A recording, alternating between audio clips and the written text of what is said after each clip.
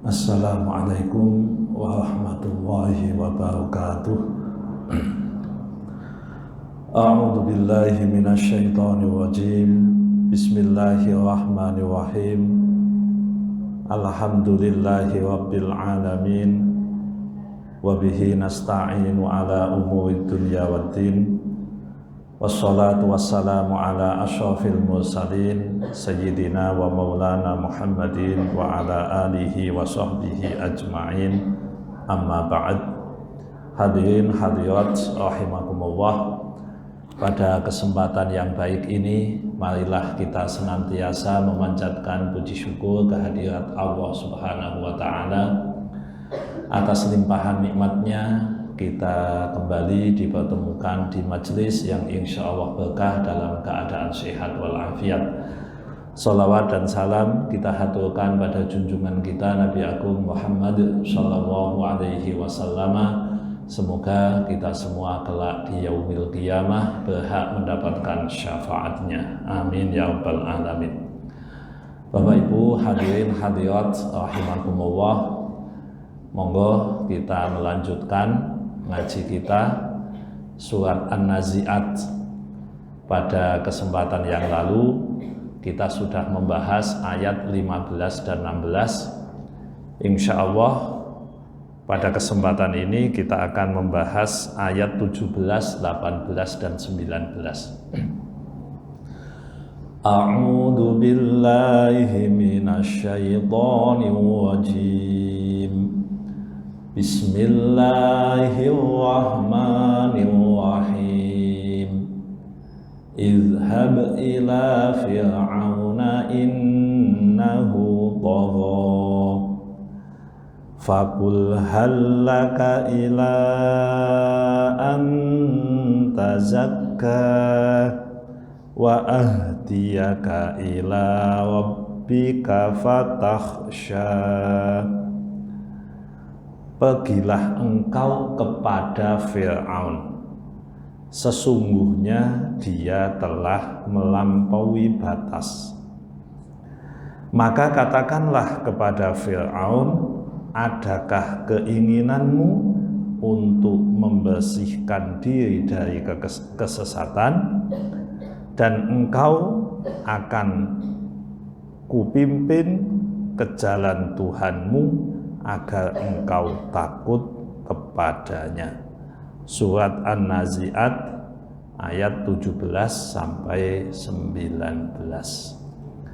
Bapak Ibu hadirin hadirat rahimakumullah, ini ayat masih membahas tentang Fir'aun dan Nabi Musa.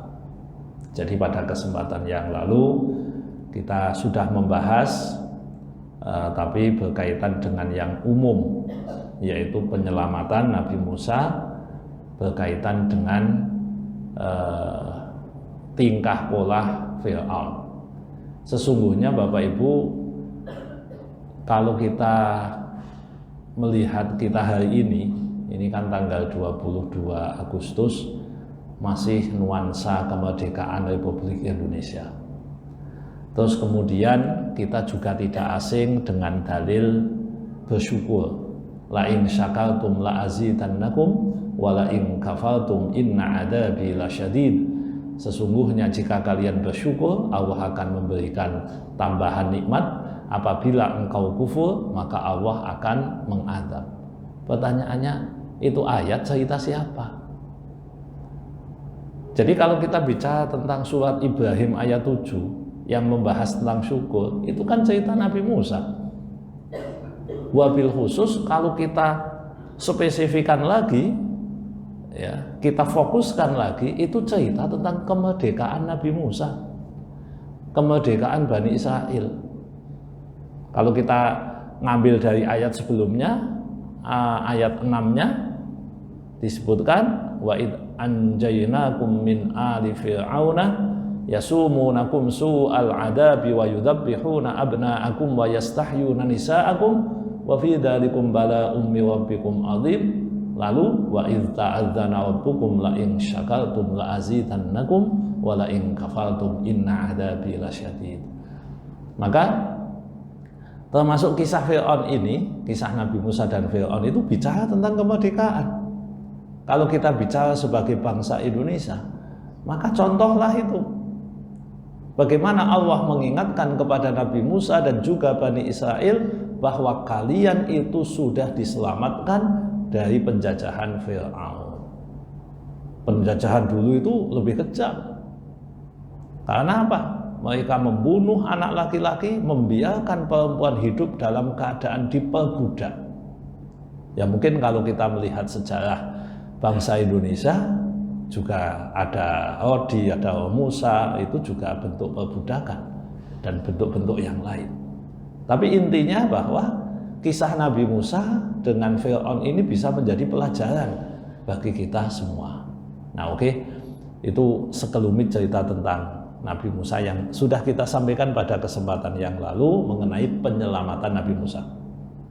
Nah, ayat ini membahas tentang peristiwa sebelumnya. Idhhab ila Fir'aun. Musa, kamu saya kasih tugas ini. Dan ini tugas yang berat. Jangan dikira jadi nabi itu santai. Tidak ada nabi santai. Terus kemudian dianggap nabi itu kepenak. Tidak ada nabi kepenak. Tuh, Nabi Sulaiman kepenak, dohir kepenak, tapi bebannya banyak. Beban yang diberikan oleh Allah banyak, ujiannya banyak. Termasuk Nabi Musa. Beliau itu mendapat tugas berat. Datangi Fir'aun. Datangi. Idhab, pergilah kamu ke Fir'aun. Nah, Nabi Musa itu bebannya dua. Pertama, beliau itu hutang budi. Kita kalau sudah hutang budi kan tidak enak. Nabi Musa sama Fir'aun itu hutang budi. Beliau tinggal di tempat Fir'aun, makan di situ, dibaiki selama ini. Kawan mungsuhan enak. Jenengan mau ngomong, bentuknya kritik terhadap orang yang jenengan mungsuhi, gampang. Tapi coba kalau jenengan selama ini hutang budi padanya, beban ini Nabi Musa. Tapi apa daya, ini perintah Allah. Idhab, pergi kamu Musa. Kemana perginya? Ila Fir'aun, temui Fir'aun. Nah caranya bagaimana? Ya cari cara. Fir'aun kan raja, ketemu kan tidak mudah. Maka harus diadakan perjanjian, terus kemudian nunggu, baru bisa ketemu. Untuk mendapatkan kesempatan ngomong. Nah ini aja berat kan? Coba kan jenengan sekarang mau ketemu presiden. Kalau jenengan ditugasi ketemu presiden, lah bagaimana caranya? Ya monggo caranya. Yang penting ketemu. Nah, ini ketemu Fir'aun. Idhab ila Fir'aun. Nah dari sini para ulama itu menyampaikan, kalau dakwah loh ya, itu memang lebih bagus kalau mendatangi. Dakwah. Nah, kalau ilmu itu dua, mendatangi atau didatangi. Karena antara bicara dakwah dengan ilmu kan dua hal yang berbeda. Dakwah itu ngajak. Kalau ngajak datangi. Kita ketemu orang, kita ngomong, tidak apa-apa, kita yang aktif. Nah, kita itu kan kadang sebagai manusia muslim, mukmin di zaman modern itu kan tidak enak. Kalau ngajak orang, nih kita ketemu ini orang belum sholat, teman kita, teman kantor, mas sholat yuk. Itu namanya kan dakwah, ngajak. Kan tidak enak. Kita dianggap kok ngurusi temen sih. Padahal yang namanya dakwah yang ngajak itu aktif. Aktif. Jadi kita posisinya sebagai subjek. Makanya dai itu isim fa'il. Isim fa'il itu pelaku. Terus objeknya namanya al-mad'u. Al-mad'u itu maf'ul bih. Maf'ul bih itu objek. Jadi posisinya ngajak orang berbuat baik. Nah, monggo Bapak Ibu. Sing jenenge amal ma'ruf ya begitu. Ngajak. Siapa yang kita ajak? Ya yang bisa. Kita punya teman kantor, kita punya adik, kita punya kakak, kita punya kolega, apapun. Bahkan Wun Sewu ya. Ini enak enggak kalau disampaikan ya, tapi enggak apa-apa ya, ini ajakan ya, ajakan. Bapak Ibu mohon maaf mohon maaf. Kalau kita punya teman akrab non muslim, oke. Umpamanya panjenengan punya teman akrab non muslim. Ya, yang disebut akrab itu berarti mungkin ya kita kadang saling curhat, kita sering jalan bareng, kan enggak apa-apa, enggak masalah itu. Enggak masalah. Tapi, nah ada tapinya. Kita itu kan nanti di akhirat akan ditanya oleh Allah. Apakah panjenengan sekali saja seumur hidup terhadap teman panjenengan itu pernah enggak ngajak masuk Islam? Nah, Bapak Ibu, kalau tidak pernah, padahal jenengan kan punya kesempatan, artinya punya kesempatan ngajak ya, tidak usah menggurui, tidak usah mencela, tidak usah mencemooh, tidak usah. Kayak kita nawarkan produk itu aja, nawarkan HP, Mas aku duwe HP, jenengan mau enggak? Bagus ini, produknya begini, sama. Mas aku punya agama ini, kalau mau saya tawarkan pada panjenengan, ini loh, spek agama saya begini, ceritanya begini, konsepnya begini. Nah, kalau kita tidak pernah ngajak sama sekali dan itu teman kita, maka kayaknya di akhirat kita akan ditanya.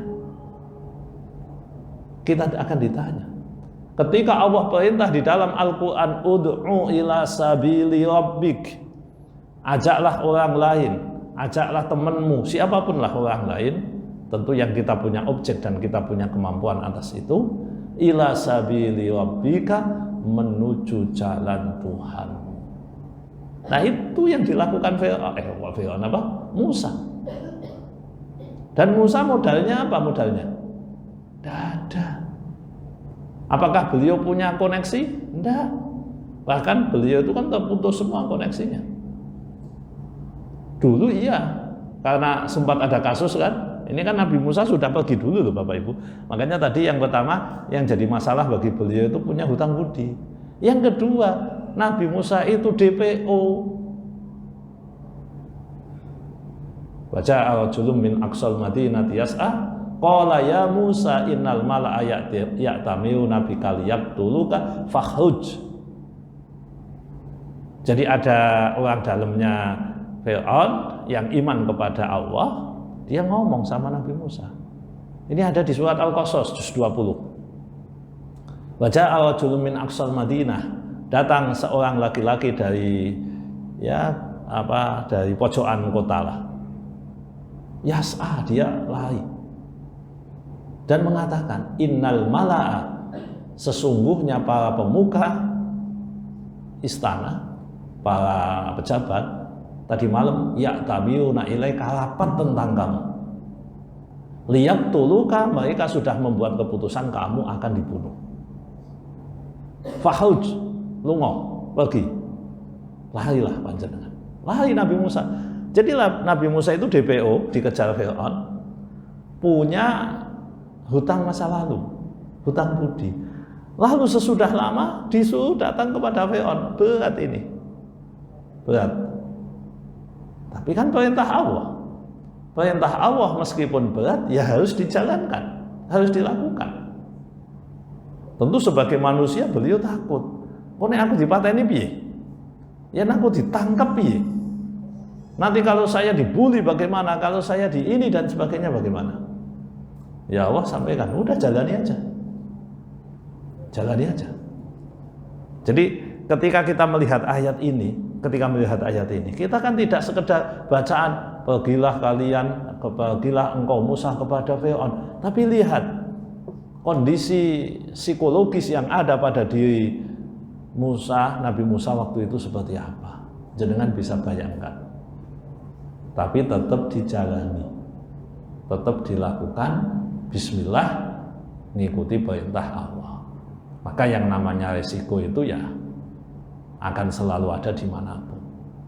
Nah, jadi kita ngambil di kita aja lah apa yang disampaikan Allah kepada Nabi Musa ini. Yuk, kalau kita punya teman yang belum sholat, kita punya teman yang belum mau ibadah, padahal dia muslim, yuk pelan-pelan diajak. Pelan-pelan diajak. Tentu kita pengennya berhasil. Seandainya tidak berhasil, tuntutannya tidak berhasil kok. Tuntutannya kita udah melakukan apa belum. Nah itu yang menjadi beban bagi Nabi Musa. Terus kemudian, kenapa harus didatangi? Innahu tagha. Fir'aun itu tagha. Tagha itu melampaui batas. Tagha itu maknanya sudah tidak wajar. Jadi Bapak Ibu, kemaksiatan itu bisa dilihat secara langsung kalau itu tanda kutip ya, saya pakai tanda kutip, wajar itu belum masuk tagha. Yen tagha kuwi nemen. Kita mungkin kadang bohong, kita mungkin kadang zalim, tapi ya lumrah. Maksudnya lumrah itu bukan boleh, bukan. Lumrah itu ya namanya manusia begitu. Kalau ini enggak, Fir'aun itu bukan lumrah, itu enggak. Ini melampaui batas. Jadi orang itu mesti gede-gede. Jenengan kalau melihat sesuatu kok melampaui batas maksiat, kok melampaui batas. Umpamanya ada orang masuk ke masjid sambil minum minuman keras, sambil ngoceh macam-macam, mengata-ngatai orang yang masuk ke masjid. Mungkin satu kali kita masih astagfirullah, orang ini ngapa sih dia. Kalau dia dilakukan itu setiap hari selama 1 bulan, jangan udah mengatakan ini orang melampaui batas ini. Nah itu namanya tagha. Fir'aun itu tagha kata Allah. Jadi Fir'aun itu kalau tidak salah ya, kalau tidak salah hitung, ceritanya ada di 27 surat dalam Quran. 114 itu 27 suratnya ada Fir'aunnya itu, ada cerita itu. Berarti kan 100 bagi 27 berapa? Ya 4 ya, 1/4. 25%-an. Walaupun hanya disenggol dikit, tapi ada cerita tentang itu. 75 kali kalau tidak salah disebut dalam Quran Fir'aun itu. Dan dari 75 kali penyebutan itu isinya apa? Sombong. Terus apa? Ngaku Tuhan. Terus apa? Dolim. Jadi Fir'aun itu viral di kalangan umat Islam, tapi ya itu sing ngelek, sing ketok, suka pamer. Terus apa lagi? Membanggakan diri. Nah itu Fir'aun. Makanya dari sebutan kejelekan yang terakumulasi ini disebut dengan tagha. Tagha, melampaui batas. Ada padanan ya mungkin walaupun tidak langsung, tapi namanya setan, taghut. Taghut itu ya punya padanan dengan ini. Ya, kan kita kadang kenal bahasa namanya taghut. Ya. Jadi kalau orang mukmin itu kan mengingkari taghut, meyakini dan mengimani Allah, mengingkari taghut. Tapi kalau orang musyrik, orang kafir itu mengimani taghut dan mengingkari Allah. Ini Fir'aun. Nah, mengenai Fir'aun ini kan memang jadi perdebatan sejarah ya. Jadi karena kalau cerita Fir'aun itu yang ada kan di kitab orang Kristen, di Injil itu ada. Ya, di Injil ada. Terus kemudian di kitab orang Islam. Cuma sampai detik ini arkeolog itu masih geger. Iki Fir'aun Nabi Musa kuwi sing ngendi? Apa Ramses II? Apa siapa?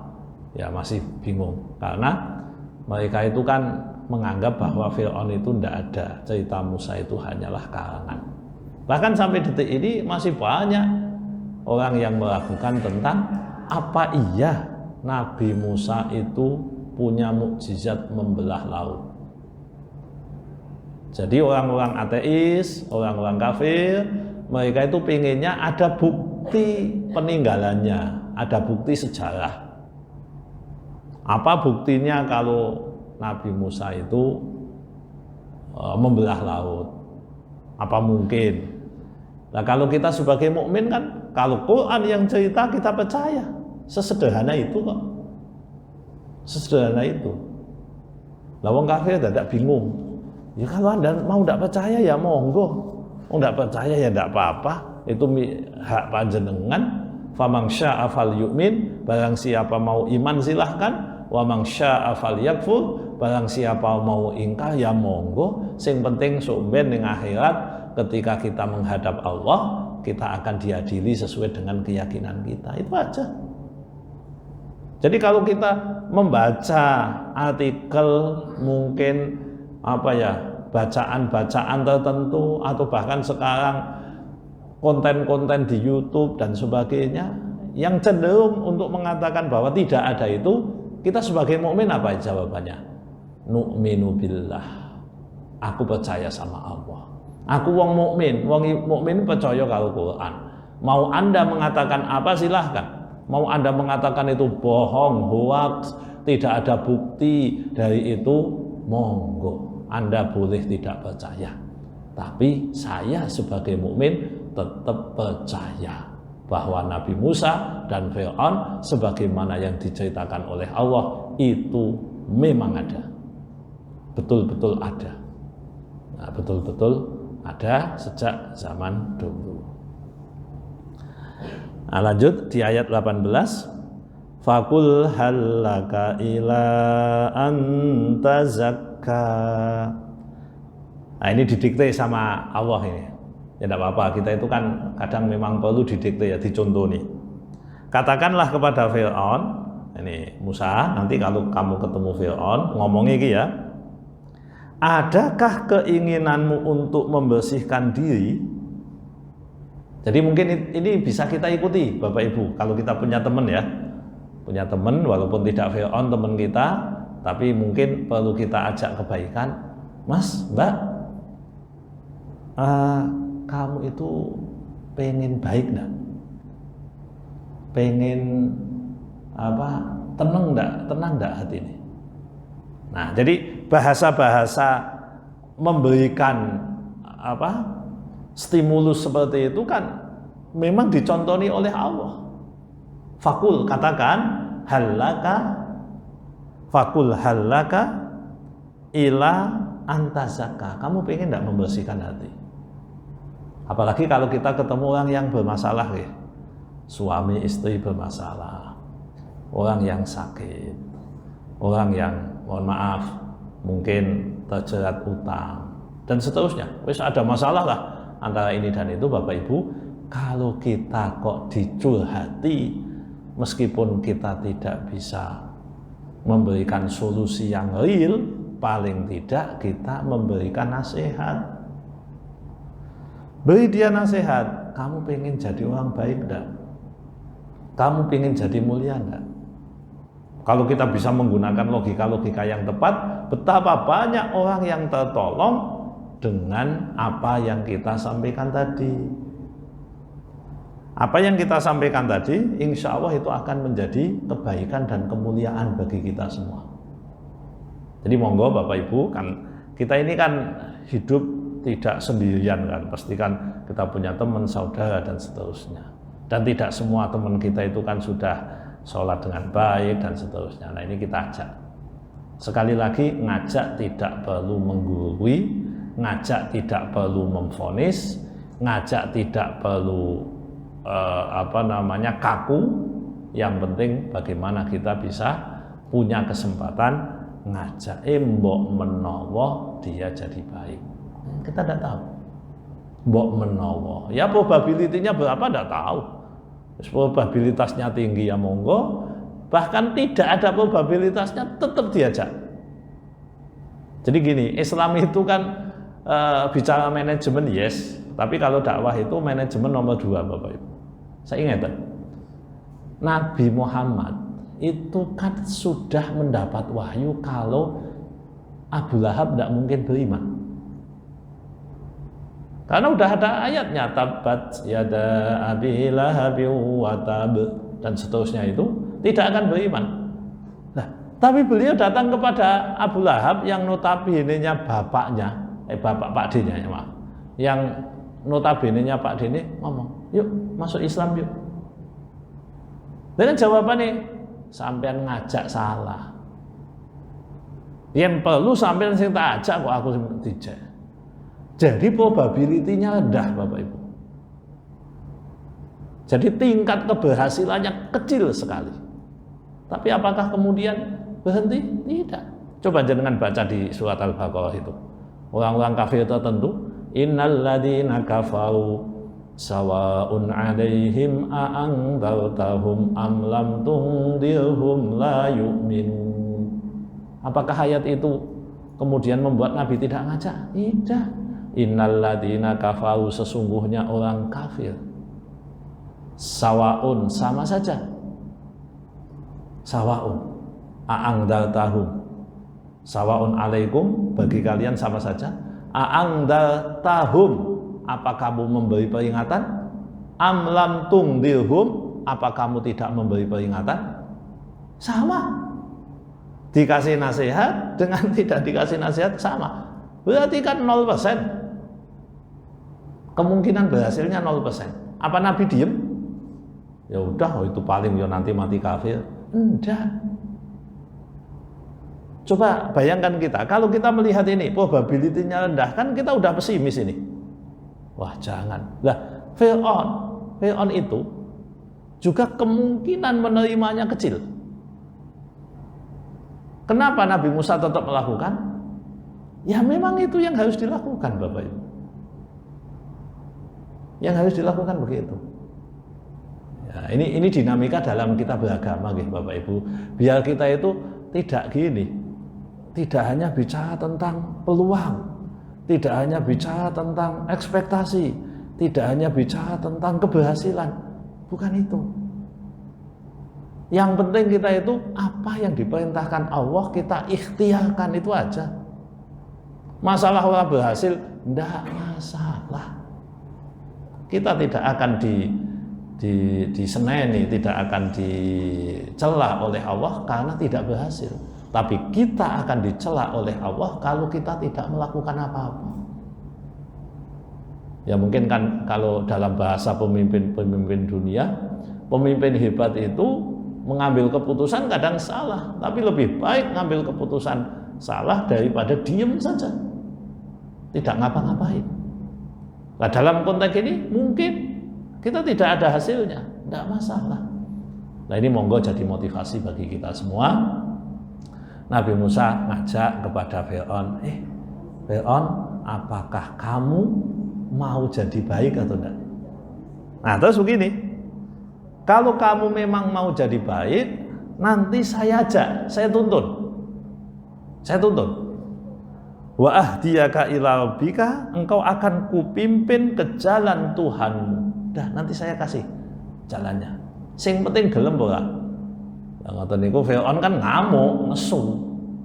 Ngapain kamu ajak-ajak saya menuju Tuhanmu? Lah kok enak men, aku Tuhan kok diajak nyembah Tuhanmu. Ayo masuk tuh ya. Itu kata Fir'aun. Makanya Fir'aun marah Bapak Ibu. Marah. Itu sama saja Anda mau mendegradasi posisi saya. Padahal sama sekali Nabi Musa itu tidak haus kekuasaan. Kalau Nabi Musa haus kekuasaan, Fir'aun tenggelam, kan dia ambil kekuasaannya. Dan pasti jadi itu. Tidak.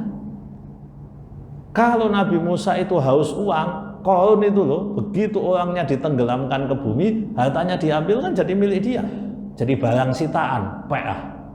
Apa itu yang dilakukan? Tidak. Nah memang modal kita begitu. Modal kayak Nabi Musa itu tidak gila kuasa, tidak gila duit. Nah ini kita bisa mengajak orang lain dengan baik. Tapi kalau udah gila kuasa, gila duit, tidak jadi. Coba kalau Nabi Musa itu gila kuasa, udah ambil. Apa yang ditinggalkan Fir'aun, yang ditinggalkan Qarun, enak-enakan. Enggak, beliau tidak. Bahkan beliau malah pindah kemana? Ke Palestina. Ke Palestina. Wah itu penderitaannya luar biasa. Kan mending balik dong tapi kok bablas. Iya. Di sana masih dihukum lagi sama Allah gara-gara anak buahnya ngeyeli kawan, diubang-ubang kene ngene teh selama 40 tahun. Hanya bukan hanya sebenarnya ya diberikan rezeki manna dan salwa selama 40 tahun. Nah, jadi Ibu Bapak, ini 3 ayat cerita tentang bagaimana Allah perintah kepada Nabi Musa, Musa pergi sana. Maka pelajaran bagi kita, monggo kita itu juga jadilah subjek. Ya, aktif nggih, jenengan umpamane jadi aktivis masjid dan sebagainya, aktif. Jangan pasif. Jangan pasif, aktif, monggo. Sesuai dengan kemampuan kita. Mungkin aktif di medsos, monggo, aktif ngiling nggih, pokoknya kanca-kanca dilinggih lah. Gitu. Yang kedua, Bapak Ibu, bahwa memang kita itu tidak perlu melihat probabilitas. Kalau memang kita yakin bahwa itu kebaikan, aja. Masalah dia mau dan tidak terserah, monggo. Terserah, silahkan. Dan yang terakhir, kalau orang ini mau diajak kebaikan, monggo kita ajak. Kita tuntun sesuai dengan kemampuan kita. Kalau kita tidak mampu menuntun, ya nanti banyak yang lain yang bisa menuntun menuju kebaikan dan kebenaran. Ya, saya kira itu Bapak Ibu, surat An-Nazi'at ayat 17, 18, 19 cerita tentang Fir'aun, semoga manfaat dan memberi motivasi kepada kita semua. Amin. Oke, monggo kita akhiri dengan doa. Bismillahirrahmanirrahim. Allahumma salli wa sallim wa barik ala sayyidina Muhammad wa ala ali sayyidina Muhammad. Alhamdulillahi rabbil alamin. Allahumma ighfir lana dzunubana wa liwalidina warhamhum kama rabbawna shaghira. Allahumma inna nas'aluka al-huda wat-tuqa wal-'afafa wal-ghina. Rabbana atina min ladunka rahmatan wa hayyi' lana min amrina rasyada. Rabbana atina fid dunya hasanah wa fil akhirati hasanatan wa qina adzabannar. Wa sallallahu ala sayyidina Muhammad walhamdulillahi rabbil alamin. Terima kasih, kurang lebihnya mohon maaf. Assalamualaikum warahmatullahi wabarakatuh.